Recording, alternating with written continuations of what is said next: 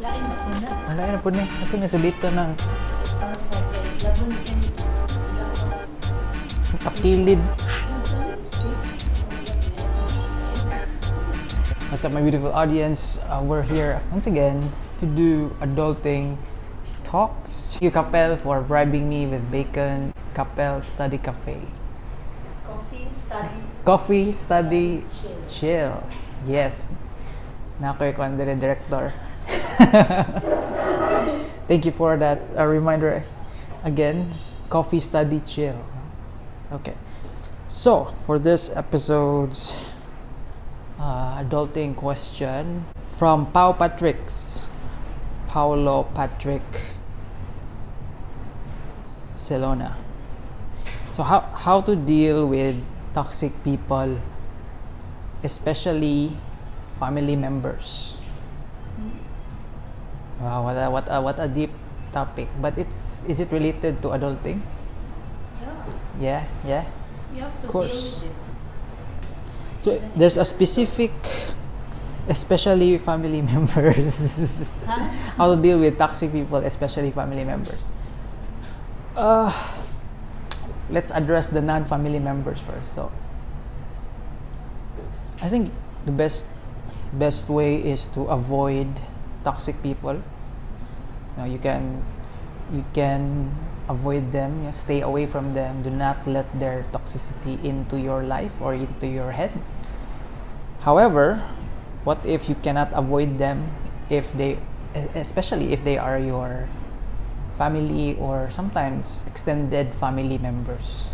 For extended family members, you can run away for a while. You can't run away from them during reunions. But for family members who live in the same household, it's difficult. It depends on the toxicity. How do we define toxic people, toxic family members? For me, they are the ones who would kill your dreams. They kill your dreams. Okay. Yeah, I think that's also very, very normal, and yet nobody talks about it. Especially if they think. Or they talk about it with your friends. You complain and whine, or in social media you complain and you whine. So if okay, follow up question from our audience. No, it's not a question. Okay. I've read some in, I think that was a T. Harv Eker book, Millionaire Mind. Okay. The Millionaire Mind, something that you can't go get away with your parents because they're, for example, parents, and then they're the ones who would kill your Yes, kill it- your dreams. Yes, I think it's not just Filipino culture but Asian culture in general. Parents usually impose their ideals and their dreams towards their children, and I think it's technically normal, but it's bad. It's So what he does is he treats his mom he treats it like on a vacation if you're that rich. okay. So that you Dealing with toxic family members, you have to really I think you need to fight in a way. Like if they are being toxic by trying to belittle your dreams, for example, or your passion projects, because they don't understand it, and for them their definition of success is financial or something else compared to yours. What you can do is you have to fight for your dreams. You have to fight for your passion, whether or not they like it. You have to do it. Why? Because you only have one life, diba? And if you don't fight, that's the problem with not fighting or not confronting, because most of the time Filipino culture is, or not, most of us at least, are not really confrontational. But if you don't confront, you will instead bottle it up, and that's also I think that's worse. That's much worse because you will end up, number one, regretting. You will regret that you didn't pursue your hopes, your goals, and dreams, and at the same time, you will. Ano tawag nga term ka ng mangluod ka in English? In English, mangluod. Di sa siya walk out. Di ba siya walk out? Kanang kuan, kanang... You will regret it for the rest of your life, or you will also unsay tawag na kanang mahiubos, or what's the term? Disappointed?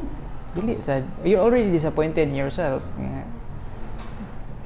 You will hate your parents for the rest of your life instead, di ba? Rather than you confronting them, at least nga you confront and you fight now. At least you're fighting now compared to imong you bottle it up and then you just resentment, okay? So if you don't fight, if you don't confront now, not only will you regret it, but you will also be resentful towards your parents for the rest of your life. And that's for me, that's worse because you're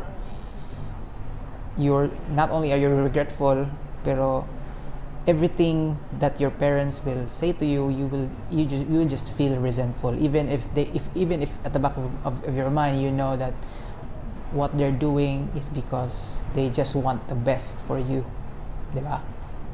But you will now see that with the lens of kanang resentment. Okay, you followed them like a sheep. You didn't fight for your passion or your goal or your dream. Gusto mo na siya. There's no other way to really to deal with it. There's no specific way, but at least from my example, you really have to confront them and fight and be. You have that fight now, and then at least later on, whether you succeed or you fail, at least you try, diba? Kaysa you will be resentful as you grow older. You yourself will, and if you bottle up that resentment, you yourself will become a toxic person. Diba? So yes, I hope that answers your question, Pao Patricks, about how to deal with toxic people, especially your family members. And I think we're just to add, we're afraid of having different beliefs and opinions. I think it's okay to have different beliefs and opinions from your parents.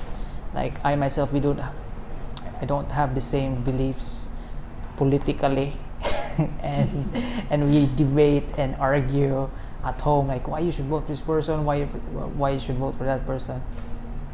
And I think that's normal. And similarly with regards to what you want to do for the rest of your life, I think you also have to really fight for it and argue with them for it, rather than being resentful. So muna siya, Pao.